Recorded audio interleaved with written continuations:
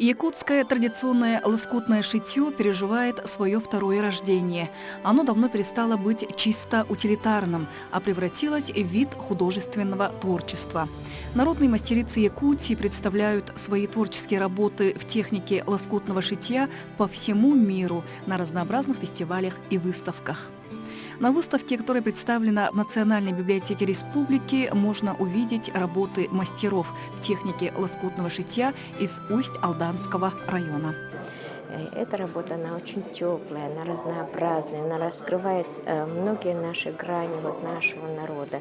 Мы возили эту серию работ на международный фестиваль Кэлфест, в прошлом году в Москву. И вот когда приходили гости, мы прямо по этим работам рассказывали о своем народе, о его мировоззрении, о его мироощущении, мировосприятии, о его традициях, обычаях, праздниках и тому прочее. Поэтому эти работы, они очень удачные, когда вот ты хочешь, он служит как видеоряд. На выставке представлена серия панно «Земля Олонхо».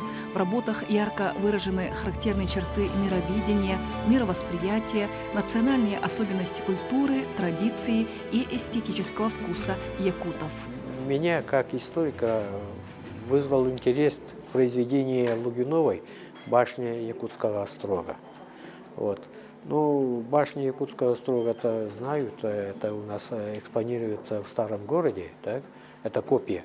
А вот история и образ вот этой башни всегда находит и у художников, и у фотографов, и у гостей всегда вызывает большой интерес.